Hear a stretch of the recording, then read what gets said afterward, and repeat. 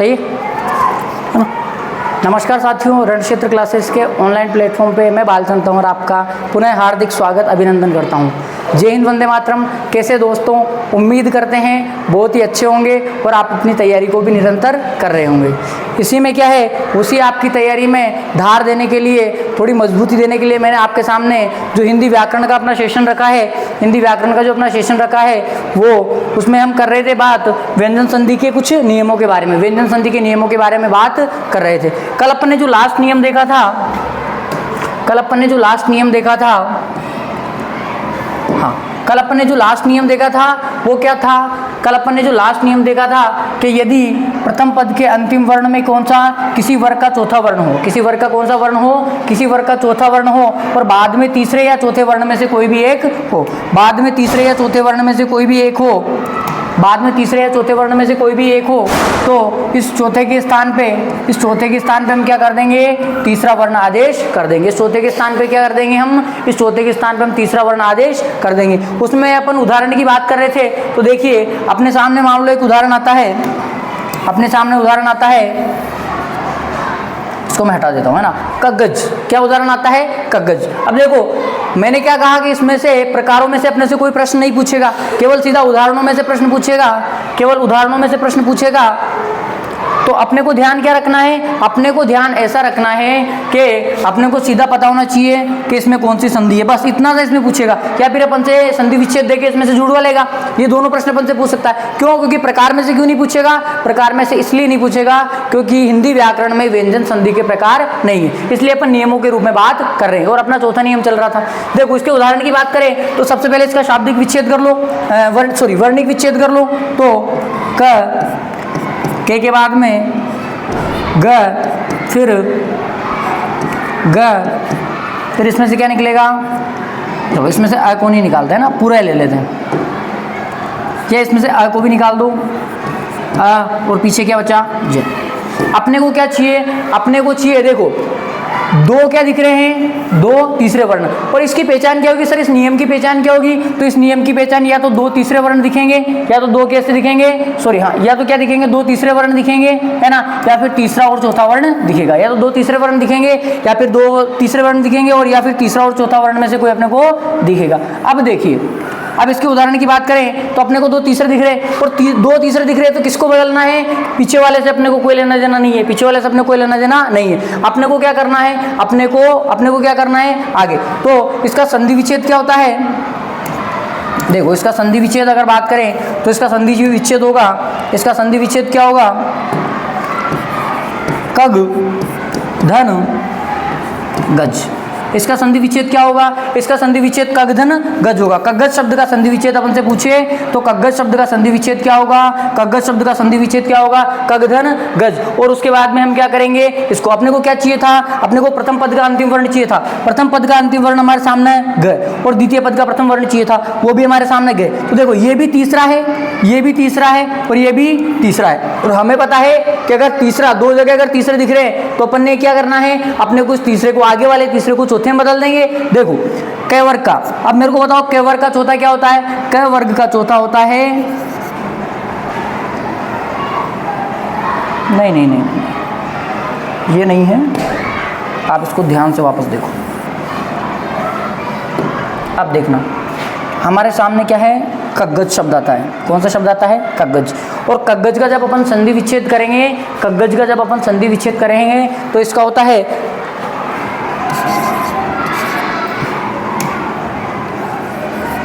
कग धन गज। संधि विच्छेद क्या होता है? कगज शब्द का संधि विच्छेद क्या होता है? तो कगज शब्द का संधि विच्छेद होता है, कगज शब्द का संधि विच्छेद क्या होता है? कगधन गज। कगधन गज ये कगज शब्द का संधि विच्छेद है। अब देखो आगे क्या करना है? हमें प्रथम पद का अंतिम वर्ण चाहिए, तो क को अलग करो, घ हमारे पास आ गया।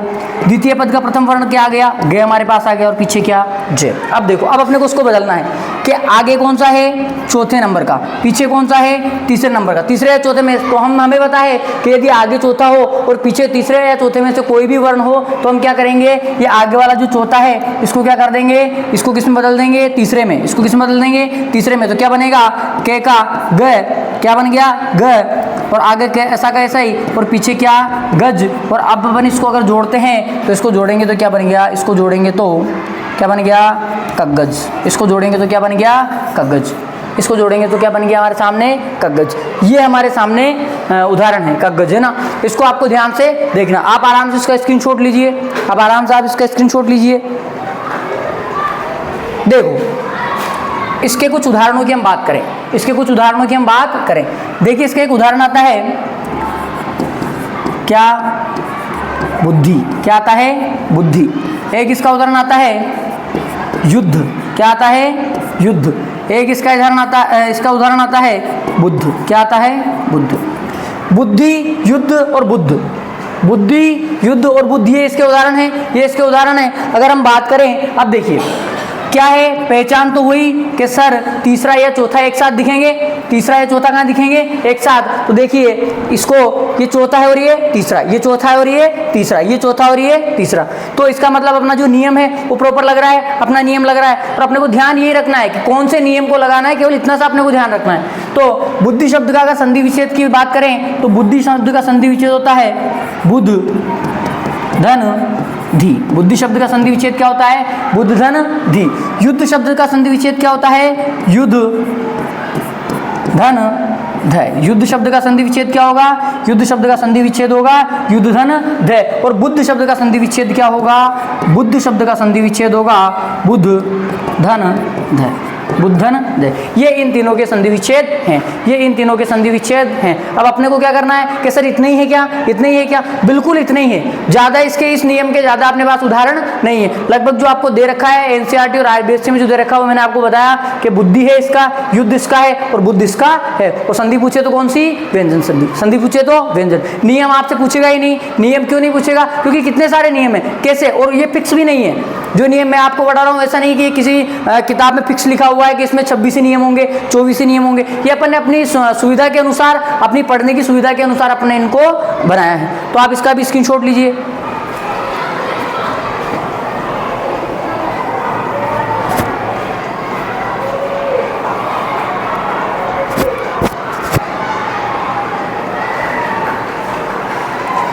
अब देखिए, अब हमारा अगला नियम आता है। कौन सा नियम है, कितने हो गए, 4 हो गए ना। अब नियम नंबर 5 आता है, नियम नंबर 5 आता है। देखिए नियम नंबर 5, और नियम नंबर 5 क्या कहता है ये अपने को ध्यान रखना है कि नियम नंबर 5 अपन से क्या कहता है, ये अपने को ध्यान रखना है। और नियम नंबर 5 कहता है, नियम नंबर 5 कहता है, नियम नंबर 5 अपन से कहता है कि यदि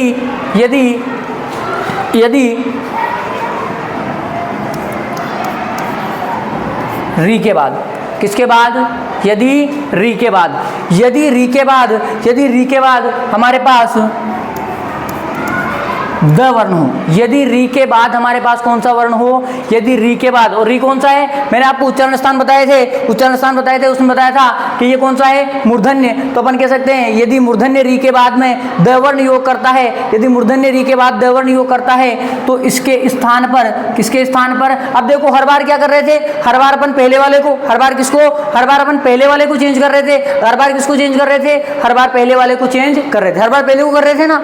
अब की बार अपन किसको चेंज करेंगे, अब की बार अपन पीछे वाले को। नियम नंबर 5 में अब की बार अपन किसको चेंज करेंगे, नियम नंबर 5 में अब की बार हम किसको चेंज करेंगे, पीछे वाले को।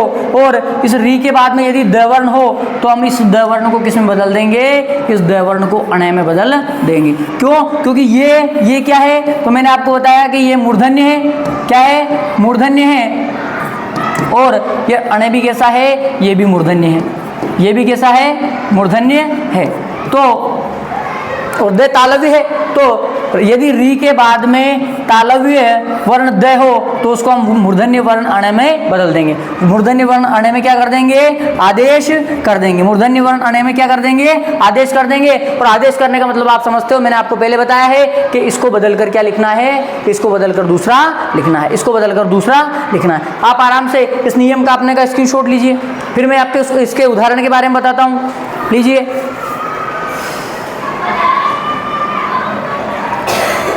चलो इधर ही देख लेते हैं ना, इसको थोड़ा छोटा कर लेते हैं। देखिए अब अपन इसके उदाहरण की बात करते हैं। अब देखो इसका एक उदाहरण आता है, इसका एक उदाहरण आप इधर देखिए, एक इसका उदाहरण आता है मृण्मय। क्या उदाहरण आता है? मृण्मय। क्या आता है उदाहरण? मृण्मय। देखिए अब मैंने आपको ये नहीं बताया कि ये वर्ग के प्रथम पद के रूप में होगा, कि द्वितीय पद के रूप में होगा, कि कौन से पद के रूप में होगा, ये मैंने आपको नहीं बताया, ये मैंने आपको नहीं बताया। क्या बताया कि री के बाद दे होना चाहिए, री के बाद क्या होना चाहिए? दे। अब ये मृण्मय जो शब्द है, मृण्मय, मृण्मय का संधि विच्छेद होता है मृद धन मय। मृण्मय शब्द का संधि विच्छेद क्या होता है? मृण्मय शब्द का संधि विच्छेद होता है मृदधन मय। मृण्मय शब्द का संधि विच्छेद क्या होता है? मृदधन मय। अपने को क्या चाहिए? अपने को तो सिर्फ इतना चाहिए कि सर शब्द को देखेंगे और शब्द में अगर दे के बाद, सॉरी दे के पहले अगर री है तो इस दे को किस में बदल देंगे? इस दे को अण में बदल देंगे। देखो कैसे। अब इसको हम इसका वर्णिक विच्छेद करेंगे तो मैं को अलग किया, इसमें से क्या निकला? री, और री के बाद क्या है? द, और पीछे क्या है? म और ये। देखो कंडीशन बन रही है कि नहीं बन रही है? देखो कंडीशन बन रही है कि नहीं बन रही है? बन रही है ना कंडीशन। देखो कि री है, आगे क्या है? री है और बाद में क्या है? द। आगे री है और बाद में दे। देखो आगे री है और बाद में दे। फिर क्या करेंगे? इस द को अणे में बदल दो, इस तालव्य को किस में बदल दो? मूर्धन्य में बदल दो। देखो तो इसको मैं बदलूंगा, ये आधा है तो इसको भी आधे में बदलेंगे, तो क्या ये अणे मैंने बदल दिया। अब इसको अपन जोड़ देंगे। जोड़ो कैसे? वापस मैं तो पीछे ऐसा कैसा ही, ये री इसमें मिलेगा तो क्या बन गया? मृ। तो क्या बन गया? मृण्मय। क्या बन गया? मृण्मय। हमारे सामने वापस क्या बन गया? मृण्मय। ये बात अपने को ध्यान रखनी है, ये बात अपने को ध्यान रखनी है कि मृण्मय। और मृण्मय का अर्थ क्या होता है? मृण, मृण कहते हैं मृदा को। मृण किसको कहते हैं? मृदा को। मृण किसको कहते हैं? मृदा को। मय, मृण्मय मतलब मिट्टी में, मृदा में मतलब मिट्टी में। मान लो कोई बालक है, जैसे छोटा बालक है और वो कहीं ना कहीं खेल रहा है, और बाहर जब छोटा बालक है तो उसको ध्यान नहीं है, वो खेलते खेलते कहाँ बाहर मिट्टी में चला गया, वो कुछ मिट्टी खा भी गया, तो उसकी माँ उसको बोलती है कि तू तो आज बिल्कुल मृण्मय हो गया। कैसा हो गया? मृण्मय हो गया। मृण्मय मतलब मृदामय, मृदामय मतलब मिट्टीमय हो गया। ध्यान रखना, ये चीज भी अपने को पता होनी चाहिए। आप इसका स्क्रीनशॉट लीजिए।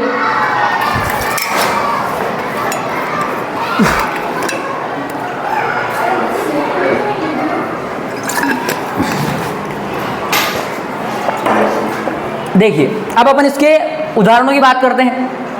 इसके उदाहरण मैं आपको यही इधर ही बता देता हूं। देखो इसके भी ज्यादा उदाहरण नहीं है। देखो एक तो इसका उदाहरण है मृण्मयी। क्या है? वो मृण्मय है, ये मृण्मयी है। दूसरा है मृण मूर्ति। दूसरा क्या है? मृण मूर्ति। एक तो मृण्मय है और एक मृण मूर्ति। मृण्मय है और एक मृण मूर्ति। अब मृण्मय का देखो, मृण्मयी का क्या होगा? मृण्मय का होगा मृद धन मई, मृदधन मई। मृण्मयी का क्या होगा? मृण्मयी का मृदधन मई। मृण्मयी का क्या होगा? मृदधन मई। और इसके बाद में मृण मूर्ति का क्या होगा? मृद धन मूर्ति। मृण मूर्ति मतलब कौन सी? मृण मतलब मृदा, मूर्ति मतलब मूर्ति। किसकी मूर्ति? मृण मूर्ति मतलब मृदा की, मूर्ति मतलब मिट्टी की मूर्ति। जो भी हम मिट्टी की मूर्तियां बनाते हैं उनको क्या कहेंगे? उनको हम मृण मूर्ति कहेंगे। ये बात अपने को ध्यान रखनी है। ये जो हमारे उदाहरण है इनको अपने को विशेष ध्यान रखना है। इन उदाहरणों पे हमारा फोकस इन उदाहरणों पे इसलिए है क्योंकि ये वो उदाहरण है जो बार बार किसी न किसी परीक्षाओं में पूछे जा रहे हैं, या फिर पूछे गए हैं, या फिर पूछे जाने की संभावना है। साथ में मैंने आपको बताया कि अपने को केवल इतने सारे उदाहरणों तक ही सीमित अपने को नहीं रहना। इतने सारे उदाहरणों तक ही अपने को सीमित नहीं रहना। अपने को अपने स्तर से भी कोशिश करनी है। मैंने आपको बेस जो क्या बोलते हैं उसको, रहस्य जो है, नियम का रहस्य जो वो मैं आपको बता रहा हूँ, और अपने को उस रहस्य के आधार पे बनाते हुए अपने को चलना है। उसके आधार पे अपने को बनाते हुए चलना है। ये यहाँ तक की बात। आप इसका भी स्क्रीनशॉट लीजिए, है ना। अब नियम नंबर 6 की अगर अपन बात करें, नियम नंबर 6 की यदि हम बात करें नियम नंबर 6 की यदि हम बात करें तो इस नियम के बारे में मैं आपको बता चुका हूँ। इस नियम के बारे में क्या, इस नियम के बारे में मैं आपको बता चुका हूँ। जब हमने संधि स्टार्ट की थी, संधि पढ़ना स्टार्ट की थी, तब मैंने आपको जो सबसे पहला बताया था वो किस नियम के बारे में था, वो इसी नियम के बारे में था। किसके बारे में था? इसी नियम के। देखो नियम क्या है, नियम है हलंत मय का नियम। किसका नियम? हलंत मय का नियम। आपको कुछ याद आ रहा होगा कि जब अपन ने पढ़ा था तब मैंने आपको बोला था कि हलंत मय का नियम आपको मैं बता रहा हूँ। हलंत मय का नियम मैं आपको बता रहा हूँ। हलंत मय का नियम है, और हलंत मय का नियम क्या है कि हलंत मय के बाद में यदि क से लेकर के मैं तक, किससे? क से लेकर के मैं तक कोई भी व्यंजन वर्ण हो, हलंत मय के बाद में यदि क से लेकर मैं तक कोई भी व्यंजन वर्ण हो, अर्थात अपन इसको कह सकते हैं, इसको अपन कह सकते हैं स्पर्शी या कह सकते हैं वर्गीय, या कह सकते हैं वर्गीय वर्ण हो किससे? मैं से, मैं के बाद में कैसे ले तक मैं तक, या फिर कैसे लेकर मैं तक, मतलब इनको अपन स्पर्शी कहा था, कैसे लेकर मैं तक को अपन ने क्या कहा था? स्पर्शी, और इन्हीं को अपन ने क्या कहा था? वर्गीय। ये मैं इनको नाम बता रहा हूँ, ये आपको मैं वर्ड विचार में आराम से पढ़ा चुका हूँ। अब आपने क्या देखना है कि यदि कैसे लेकर मैं तक अगर कोई आता है तो हम इस मैं के स्थान पे, किसके स्थान पे? इस मैं के स्थान पे अपन 2 परिवर्तन कर सकते हैं। कितने परिवर्तन कर सकते हैं? 2 परिवर्तन कर सकते हैं। किसके स्थान पे? इस हलंत मैं के स्थान पे। कब? जब हलंत मैं के बाद में कैसे लेकर मैं तक कोई भी वर्ण होगा। देखो कैसे, देखो कि इसके स्थान पे 2 परिवर्तन क्या करेंगे। तो पहला परिवर्तन तो मैं आपको बताऊं, पहला परिवर्तन तो ये कि इस मैं के स्थान पे हम अनुस्वार, ये दिख रहा है ना, मतलब मैं कह सकता हूं इस मैं के स्थान पे हम क्या बना सकते हैं? मैं के स्थान पर हम अनुस्वार, मैं के स्थान पे हम क्या? अनुस्वार आदेश कर सकते हैं। क्या आदेश कर सकते हैं? अनुस्वार आदेश कर सकते हैं। कब? जब के हलंत मैं के बाद में कैसे लेकर मैं तक कोई भी वर्ण होगा, तो एक कंडीशन तो क्या रहेगी? एक कंडीशन तो हमारी रहेगी कि हम अनुस्वार इस मैं के स्थान पे क्या बना सकते हैं? इस मैं के स्थान पे हम अनुस्वार बना सकते हैं। दूसरी कंडीशन क्या होगी? दूसरी कंडीशन क्या होगी? तो सुनना, दूसरी कंडीशन में हम कर सकते हैं कि आप बताइए मेरे को, कैसे लेकर मैं तक, मतलब स्पर्शी 25, और 25 में प्रत्येक कौन सा है? वर्ग है। क वर्ग, क वर्ग, च वर्ग, ट वर्ग, त वर्ग और प वर्ग, ये सारे क्या हैं? वर्ग। 5 वर्ग हैं। 5 वर्ग में 25 हुए, और ये 5 वर्ग है, मतलब मैंने कहा था वर्ग मतलब 5 की लाइन, और इसमें लास्ट वाला क्या था? क वर्ग का लास्ट वाला क्या था? इंग। च वर्ग की का ये, और ट वर्ग की का अण, त वर्ग की का न, और प वर्ग की का न। इनको हमने कहा था पंचम वर्ण। क्या कहा था हमने? पंचम वर्ण, क्योंकि 5वें स्थान पे आने के कारण इनको क्या कहा था? पंचम वर्ण। तो ध्यान रखना कि यदि मैं के बाद में कैसे लेके मैं तक हो, तो पहला तो हम अनुस्वार बदल देंगे, और दूसरा जो वर्ण यहाँ होगा, कौन सा वाला वर्ण? इस वाले वर्ण, जो पीछे वाला वर्ण है, तो मैं कहूँ कि पीछे वाले वर्ण के वर्ग का 5वां वर्ण आदेश कर देंगे। कौन सा वर्ण आदेश कर देंगे? 5वां वर्ण आदेश कर देंगे। ध्यान से समझ लेना, कौन सा वर्ण? 5वां। मतलब कहने का मतलब है यदि मैं के बाद में यदि के वर्ग का कोई भी वर्ण रहेगा तो ये कर देंगे, च वर्ग का रहेगा तो ये कर देंगे, ट वर्ग का रहेगा तो अणे कर देंगे, त वर्ग का रहेगा तो न कर देंगे, और प वर्ग का रहेगा तो मैं कर देंगे। और अगर ये नहीं करना हमें, तो हम क्या कर सकते हैं? तो हम क्या कर सकते हैं? हम अनुस्वार आदेश कर सकते हैं। क्या आदेश कर सकते हैं? अनुस्वार। समझ में आ गई बात? और इसका जो उदाहरण था मैंने आपको बताया था, देखिए अगर इसके उदाहरण की हम बात करें, उदाहरण की यदि हम बात करें, देखना उदाहरण की अगर हम बात करें तो मैंने आपको इसका उदाहरण बताया था। इसका उदाहरण क्या बताया था कि सबसे जो फेमस अपना उदाहरण है वो क्या था? संधि का।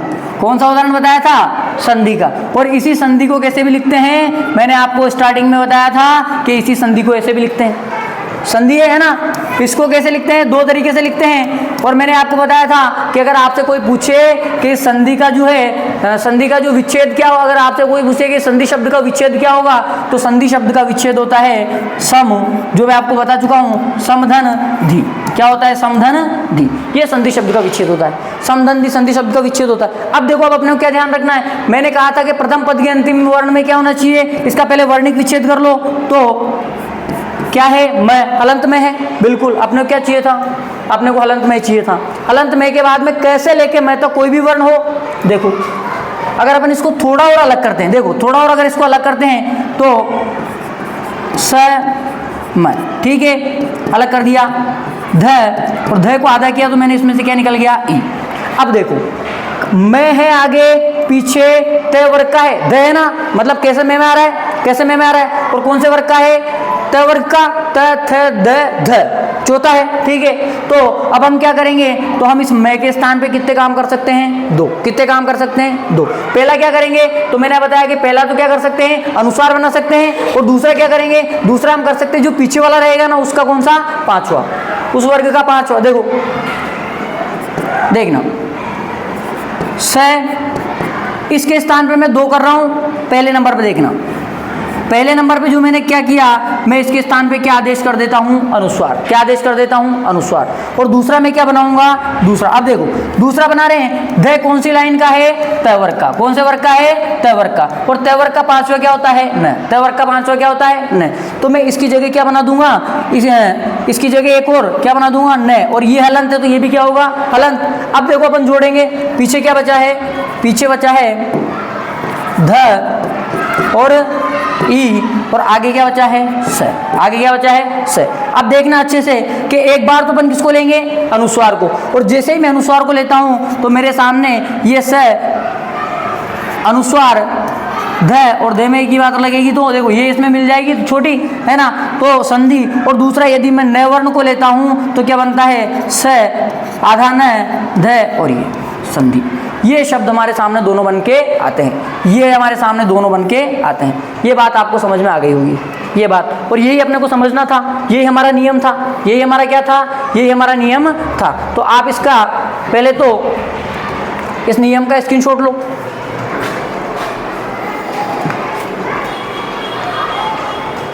इसके बाद इसका भी आप स्क्रीनशॉट ले लो।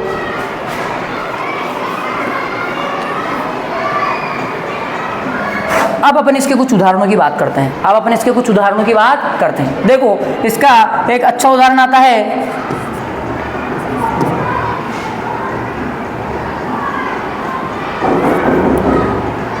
अलंकार। और अलंकारी एक और कैसे लिखा जाता है, अलंकारी एक और लिखा जाता है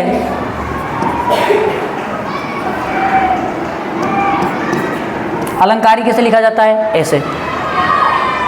अलंकारी कैसे लिखा जाता है, ऐसे लिखा जाता है। और क्या आ सकता है इसका, और इसका उदाहरण आ सकता है अलंकरण। और एक अलंकरण कैसे लिखा जाता है, एक अलंकरण लिखा जाता है अलंकरण। और क्या आ सकता है, संधान आ सकता है। क्या आ सकता है, संधान। और एक और संधान कैसे लिखा जाता है, एक और संधान अपन ऐसे लिख सकते हैं, एक और संधान हम कैसे लिख सकते हैं, ऐसे। और क्या आ सकता है,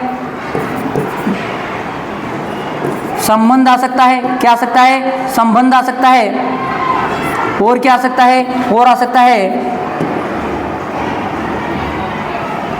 संबंध। और क्या आ सकता है, संबंध, है ना। इसके अलावा और क्या आ सकते हैं, पहले हम इनके बारे में बात कर लेते हैं ना, पहले हम इनके बारे में बात कर लेते हैं। देखिए, अगर अपन से पूछे कि सर अलंकार शब्द का संधि विच्छेद क्या होगा, अलंकार शब्द का संधि विच्छेद क्या होगा, तो अलंकार शब्द का संधि विच्छेद हम आपको बताएंगे कि अलंकार का शब्द का संधि विच्छेद होता है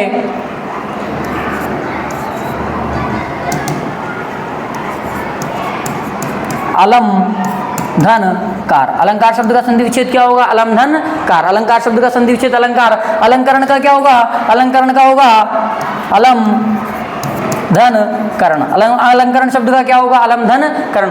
संधान शब्द का क्या होगा? संधान शब्द का क्या होगा? सम धन धान। संधान शब्द का क्या होगा? समधन धान। संबंध शब्द का क्या होगा? संबंध शब्द का होगा समधन बंध। संबंध शब्द का क्या होगा? समधन बंध। समधन बंध। संबंध शब्द का क्या होगा? समधन बंध। ये आप इसका स्क्रीनशॉट लीजिए, आराम से स्क्रीनशॉट लीजिए।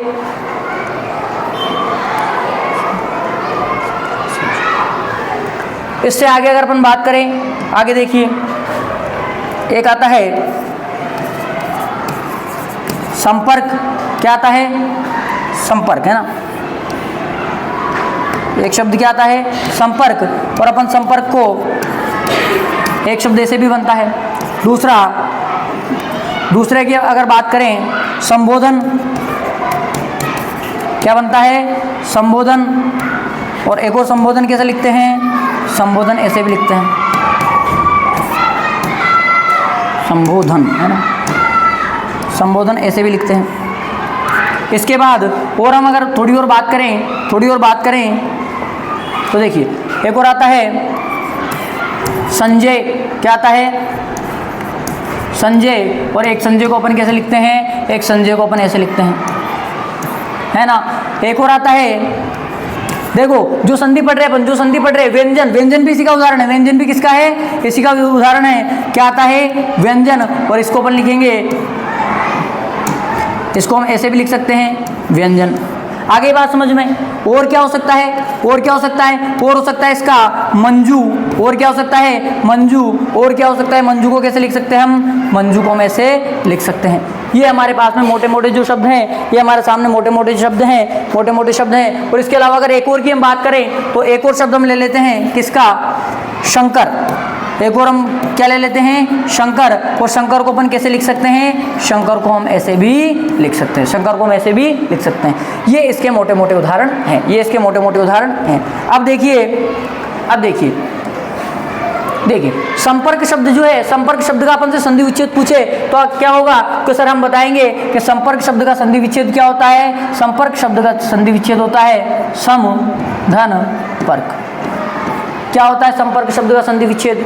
संपर्क शब्द का संधि विच्छेद होता है समधन पर्क। आप कहोगे सर आपने तो इसको ऐसे कैसे जोड़ दिया? आपको ऐसा नहीं है। ये मैं क्यों आया? क्योंकि पीछे वाला वर्ण क्या है? प। पीछे वाला वर्ण क्या है? प। और पे का पांचवा क्या होता है? पे का पांचवा मई होता है। पे का पांचवा क्या होता है? मई होता है। इसलिए आप ऐसे मत कहना कि सर आपने तो ऐसे लिखा था और ऐसे यहाँ पे कर दिया, तो वो आपने मर्जी से नहीं किया। क्योंकि आप शब्द ऐसा है तो हम भी क्या कर सकते हैं? संबोधन की बात करें तो इसका संधि विच्छेद क्या होता है? सम धन बोधन। क्या होता है? समधन बोधन। ये संबोधन का होता है। उसके बाद हम बात करें कि सर संजय शब्द का क्या होगा? तो संजय का होगा सम धन जय। संजय शब्द का क्या होगा? संजय शब्द का होगा सम धन जय। व्यंजन का क्या होगा? कि सर व्यंजन का क्या होगा? तो व्यंजन का होगा व्यम धन जय। व्यंजन शब्द का क्या होगा? व्यम धन जय। मंजू शब्द का क्या होगा? मंजू शब्द का तो मम धन जू। मंजू शब्द का क्या होगा? मम धन जू। और शंकर शब्द का क्या होगा? तो शंकर शब्द का होगा शम धन कर। शंकर शब्द का संधि विच्छेद क्या होता है हमारे सामने? शंकर शब्द का संधि विच्छेद होता है समधन कर। ये हमारा जो संधि विच्छेद है, ये हमारा जो नियम है, ये नियम अपना सामने है। आप आराम से इसका स्क्रीनशॉट लो, इसका स्क्रीनशॉट ले लो आप, है ना। इसके बाद में इसका भी आप स्क्रीनशॉट लीजिए। ये हमारी जो नियम नंबर 6 से संबंधित जो वार्ता है, ये नियम नंबर 6 से संबंधित जो वार्ता है, नियम नंबर 6 से संबंधित जो वार्ता है वो क्या होती है? पूरी होती है। नियम नंबर 6 से संबंधित जो वार्ता है वो क्या होती है? पूरी होती है। अब इसी से संबंधित एक और नियम है, इसी से संबंधित मैं का, क्योंकि मैं के साथ अपने पूरे व्यंजन को कैसे मैं तक जोड़ लिया, लेकिन हमारे पास दो और चीजें भी बची है। यदि अंतस्थ बच रहा है, अंतस्थ के बाद ऊष्म बच रहा है, उनका भी योग किसके साथ करेंगे हम? उनका भी योग हम मैं के साथ करेंगे, उनका योग भी हम मैं के साथ करेंगे। लेकिन वो जो योग है वो योग हम कब करेंगे, वो योग हम हमारी अगली क्लास में करेंगे। जब तक के लिए देखते रहिए, अपनी क्लास को अच्छे से नोट्स बनाइए। और कल कुछ समस्याओं के कारण अपनी क्लास पूरी नहीं हो पाई थी, है ना, तो उसको अपने को पूरा करना था। मैंने आपको जो पिछला नियम बताया था उसके उदाहरण कुछ बाकी रह गए थे ना, तो उसी को यहीं से कंटिन्यू कर लेना आप, है ना। और अब आगे से क्या है कि गवर्नमेंट टीचर होने के नाते और विद्यालय समय में ये सब कार्य जो मैं करता हूँ, इस कारण अपन क्या है, समय पे थोड़ा बहुत कभी कभी क्या छुट्टी भी हो जाती है, क्योंकि मैं भी सामाजिक प्राणी हूँ, मेरे भी कुछ न कुछ कार्य होते हैं। तो फिर भी मैं आपको जो उम्मीद है उस पर बिल्कुल खरा उतरने का प्रयास करूंगा। इसी के साथ देखते रहिए, अपने चैनल को सब्सक्राइब कीजिए। और 500 की अपनी फैमिली पूरी हो गई, उसके लिए आपका वापस से तहे दिल से धन्यवाद। और आप ऐसे ही अपनी जो फैमिली है इसको बढ़ाइए और अपने सभी मित्रों को बताइए जिनको अपनी रीट, अपनी सीईटी, जो हमारे डीएसएसबी, यहाँ तक कि आप सीटेट वगैरह इनके जो एग्जाम हैं उसमें अपने को धार मिले। और मैं आपको बिल्कुल एकदम बेसिक से, हम किसी पर्टिकुलर एग्जाम की तैयारी की तरह से अपन हिंदी नहीं पढ़ रहे, अपन किस आधार पे पढ़ रहे हैं कि आप हिंदी सीख सको, आप हिंदी को रटो नहीं, समझो। क्योंकि आजकल जो हमारी न्यू एजुकेशन पॉलिसी है उसमें भी क्या कहा गया है, लर्निंग बाई डूइंग करके सीखना, और अंडरस्टैंडिंग बाई लर्निंग, मतलब समझ आधारित पठन की वो बात करते हैं। इसी के साथ जय हिंद, वंदे मातरम, राम राम।